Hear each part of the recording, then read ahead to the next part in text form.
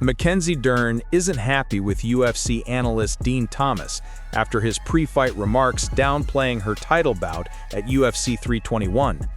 Dern became the new UFC strawweight champion last weekend in Abu Dhabi, defeating Virna Jandiroba by unanimous decision to capture the vacant 115-pound title left behind by Zhang Weili. It was the biggest night of her career, but it didn't take long for her to hear about Thomas's comments labeling the fight as the most insignificant title fight in recent UFC history. Before the event, Thomas had suggested that because Zhang Weili vacated the belt to move up and fight Valentina Shevchenko at flyweight, the strawweight division lacked a meaningful storyline, and that the new title fight felt flat. Those comments spread quickly online and rubbed a lot of fans and fighters the wrong way, especially Dern, who was about to fight for her first UFC championship. Speaking on the Ariel Helwani show after her victory, Dern made it clear she didn't appreciate being dismissed. She said she couldn't understand how any world title fight could ever be called insignificant. John Jones gave up his belt and Tom Aspinall became the champion. What do we in the strawweight division have to do with it? People can't retire, can't go up and wait? For a vacant belt, who else would fight for it? So I don't understand what would be so insignificant fighting for a championship, she said. She pointed out that Weili had done everything she needed to in the division and earned the right to move up, but that didn't make the fight for the vacant belt meaningless. They gotta have a champion, so I don't understand. How is any championship fight insignificant? Dern added that she expected more from someone in Thomas's position.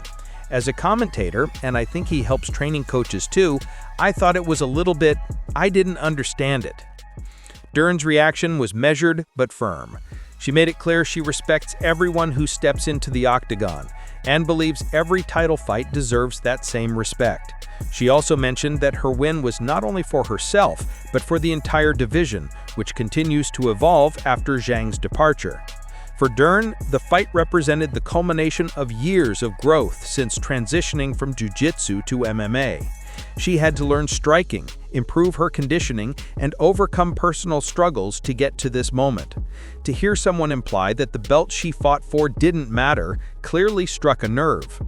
Thomas, meanwhile, hasn't directly responded to Dern's comments, but this isn't the first time his analysis has stirred debate. Earlier this year, he was criticized for calling a potential Khamzat Chimaev title win a disaster for the UFC.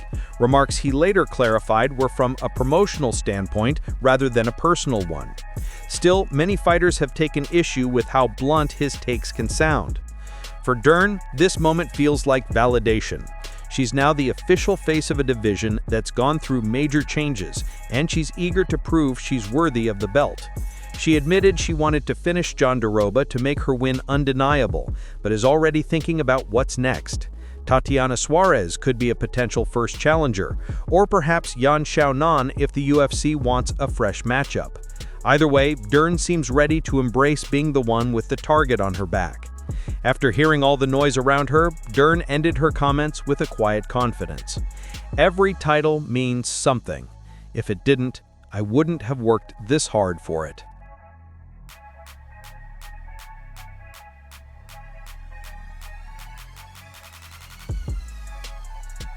Valter Walker's rise through the UFC heavyweight ranks had been one of the division's most exciting stories in recent months.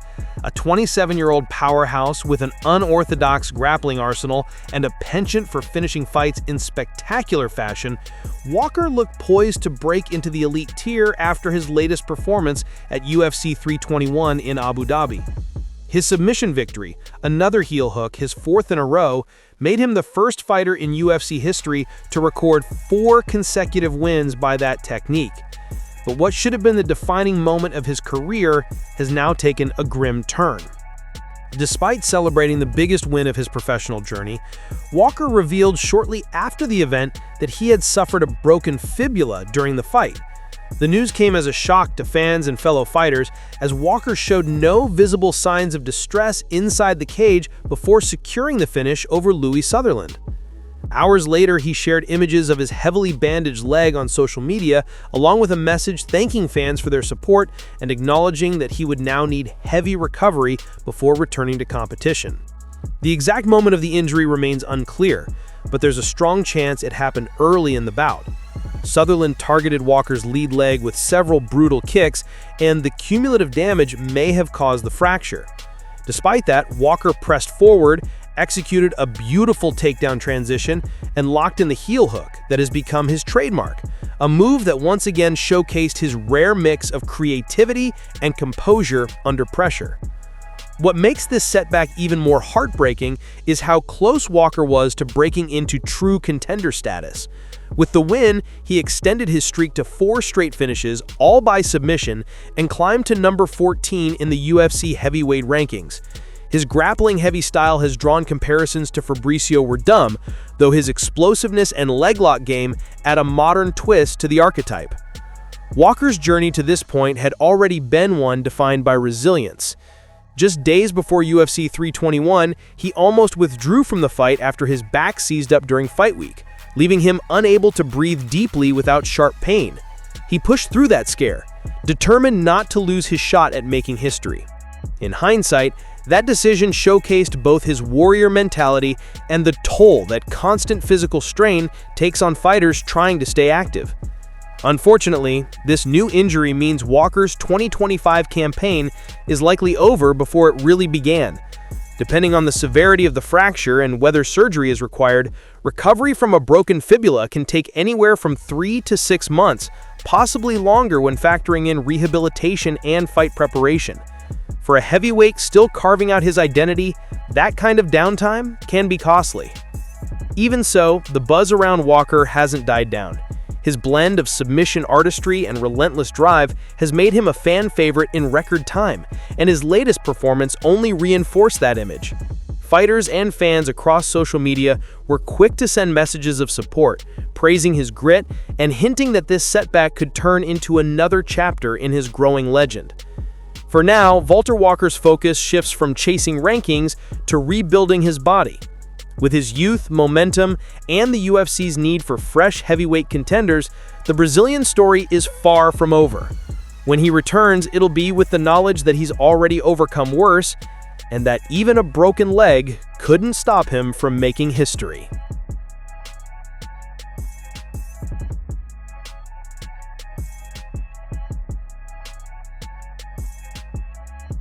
Tom Aspinall's first defense of his undisputed UFC heavyweight title couldn't have gone much worse.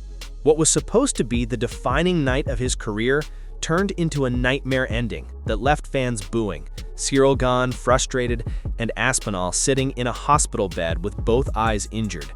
The fight, meant to headline UFC 321 in Abu Dhabi, was ruled a no contest after Gane accidentally poked Aspinall in both eyes near the end of the first round. An extremely rare and unfortunate way to end a championship main event.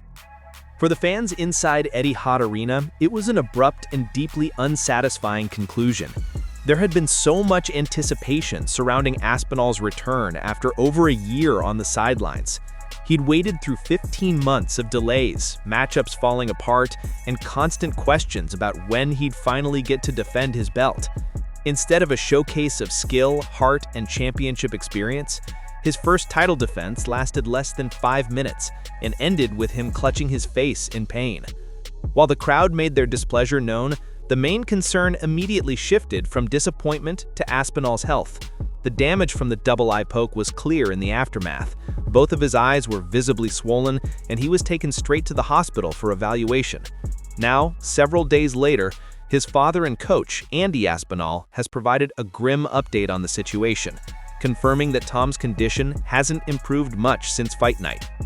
Speaking in a new video on Tom's YouTube channel, Andy described the days following UFC 321 as rough, saying that his son's vision remains seriously compromised. "It's bad. It's not good," he explained. His eye is a little bit more closed than it was. His right eye, he still can't see anything. Said it's still just gray. They tested him on words and he just couldn't see anything. His left eye, 50%, he went down about 4 letters and then couldn't see the letters. So one is really blurry and one's still not working. It's a worrying picture for a fighter whose career depends on sharp vision and fast reactions. The Aspinall team has been working with specialists since returning to England, continuing tests that began in Abu Dhabi. Thankfully, early indications suggest there's no permanent or structural damage to the eyes, though Andy confirmed they're still scheduling additional scans, including a CT, to make sure the orbital bone wasn't affected. Still, even without long-term damage, the short-term recovery looks like it will take time. Aspinall's father described him as being in a foul mood since the incident, a combination of pain, frustration, and disbelief. "He's just in a foul mood. He's not in a happy place," Andy admitted. "He's mad, sad, upset, whatever you want to call it.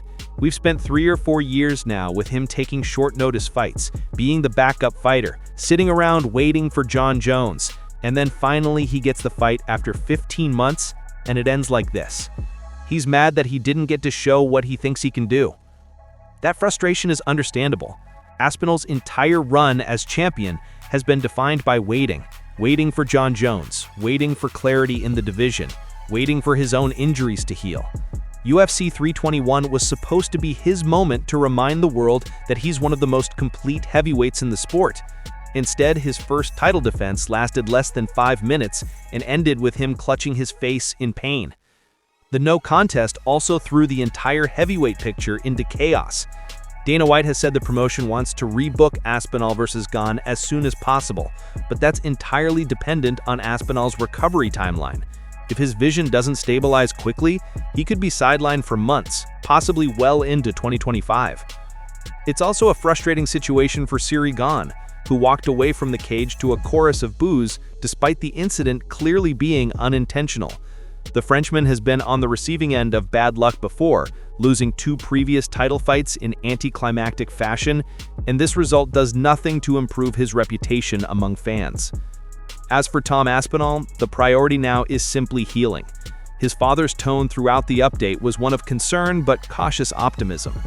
"We believe the bone's fine," Andy said, noting that while the swelling has worsened, doctors remain hopeful that full vision will return once the eyes recover from the trauma. For a fighter who's built a reputation on composure and humility, it's been a bitter pill to swallow. Aspinall has always been seen as the quiet professional, focused, technical, and refreshingly down-to-earth.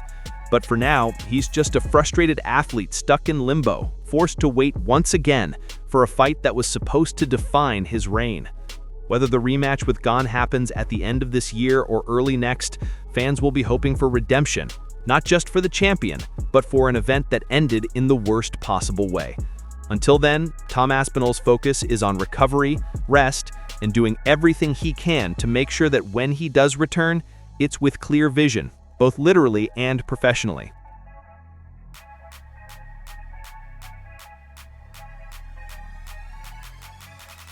UFC 321 was supposed to be another blockbuster event in Abu Dhabi, the kind of card that delivers high drama, big finishes, and a defining championship moment. Instead, it turned into one of the most frustrating nights in recent UFC history. Even fighters like Paddy Pimblett, who are rarely shy about voicing their opinions, couldn't hide their disappointment. After watching the chaos unfold, Pimblett didn't hold back, calling it one of the worst pay-per-views in UFC history. Pimblett, watching from home, captured the frustration perfectly. "If this does end like this, this will be one of the worst pay-per-views in UFC's history," he said on his YouTube channel. "One of the biggest disappointments ever when it comes to a card." His reaction wasn't exaggerated.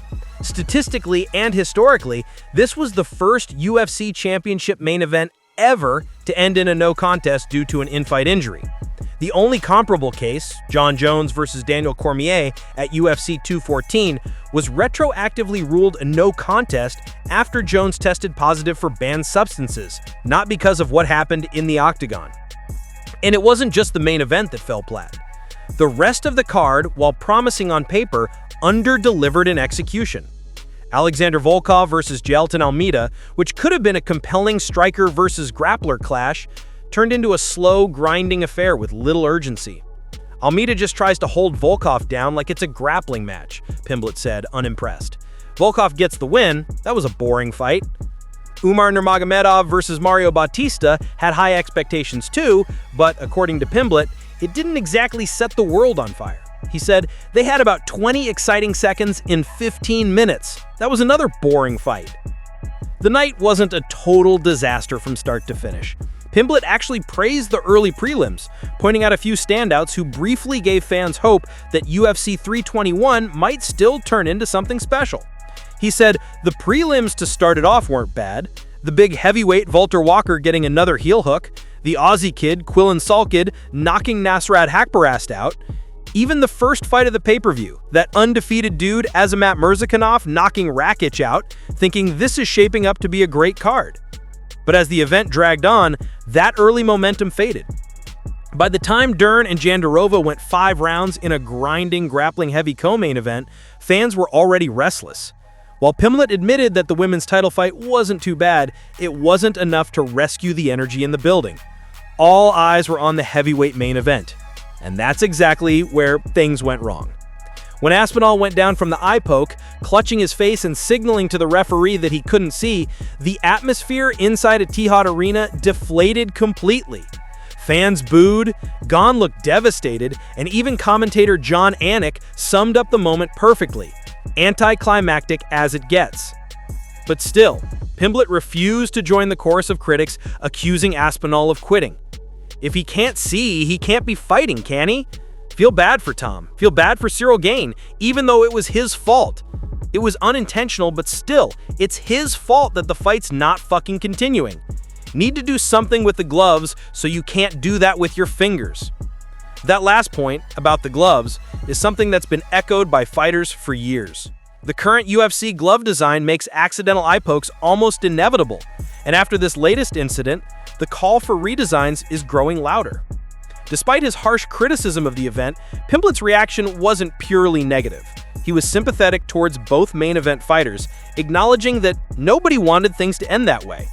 But for fans and fighters alike, UFC 321 will go down as a reminder of how quickly a promising card can fall apart.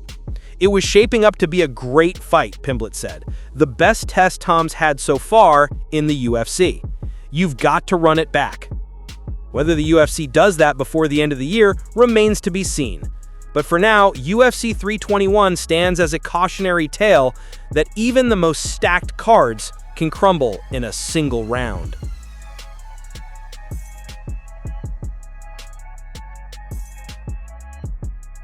Henry Cejudo is officially closing the curtain on one of the most decorated careers in mixed martial arts. The former Olympic gold medalist and 2-division UFC champion confirmed that his upcoming bout against rising contender Payton Talbot at UFC 323 will be his final fight inside the octagon. The event takes place December 6th at T-Mobile Arena in Las Vegas, and for Cejudo, it marks not just another high-profile appearance, but the final chapter of a historic run. Speaking during the LFA 220 broadcast, Cejudo made it clear that this fight will serve as his farewell, no matter the result. "I'm fighting Payton Talbot, a young buck. He's about 5'10", a young buck. It's my last fight, whatever the UFC wants to give me," Cejudo said with a smile. "I love it when the lights are bright. Give me the best you've got, bro. End me with a bang." The 37-year-old seemed at peace with his decision, confident, reflective, and ready to embrace the next phase of his life beyond fighting. When pressed to confirm if he truly meant it, Cejudo didn't hesitate. "This is it, man. I fell in love with business. I do a lot, and I have 2 kids. They're growing up. I don't like cutting weight, raising kids, the whole 9. I like being there. I fell in love with real estate, marketing, the whole 9. I'm making such a great living doing it that it's time to just peace out." For many fans, it's bittersweet news. Cejudo has long been one of the sport's most polarizing yet accomplished figures, an Olympic gold medalist in wrestling who went on to become a UFC flyweight and bantamweight champion, joining an elite list of champs in the promotion's history. His accomplishments inside the cage speak for themselves. Wins over legends like Demetrius Johnson, TJ Dillashaw, Dominic Cruz, Marlon Moraes, and Sergio Pettis, among others. At his peak, Cejudo wasn't just a champion. He was a showman who embraced his Triple C persona and brought entertainment value to a division many thought was on life support. That flair for storytelling is something Cejudo still takes pride in. The fact that I was able to save a whole division, I feel like I did a great job. I was hated, I was booed, but something I did do very well was sell the damn story. Indeed, his run at flyweight and bantamweight was defined not just by skill and discipline, but by charisma and a knack for self-promotion. Even when fans booed him, Cejudo found a way to make them tune in. Now, after years of chasing gold and glory, Cejudo seems ready to trade fight camps and weight cuts for boardrooms and family time. In recent years, he's become increasingly involved in business ventures, real estate, and media work. And he's been candid about how much he enjoys it. The grind of training camps and fighting no longer holds the same allure it once did, especially now that he's a father of two and financially comfortable. Still, Cejudo isn't walking away without a fight. His final opponent, Paddy Pimblett, represents the new generation, a dangerous, confident young contender looking to make his name by taking out a legend. At 26, Pimblett is one of the brightest prospects in the bantamweight division, and the matchup is a classic passing of the torch moment. For Cejudo, it's the perfect opportunity to test himself one last time while giving a young fighter the kind of spotlight he once craved. Cejudo enters UFC 323 on a 3-fight skid, most recently coming off a technical decision loss to Song Yadong. While some critics have suggested that his time at the top is past, Cejudo insists that this fight isn't about proving anyone wrong. It's about ending things on his terms. I've done everything I set out to do. Olympic gold, 2 UFC titles. There's nothing left to chase. Now it's about walking away the right way with no regrets. Whether fans loved him or loved to hate him, there's no denying Cejudo's impact on the sport. His technical brilliance, competitive mindset, and unwavering belief in himself made him a trailblazer in 2 divisions. From the mat in Beijing to the octagon in Las Vegas, Cejudo's legacy is already secure. As he prepares for one last walk to the cage at UFC 323, it's clear that Henry Cejudo isn't running from the spotlight. He's stepping out of it with gratitude, accomplishment, and a smile. And if his words are anything to go by, he's planning to leave exactly the way he lived his career, all in and on his own terms.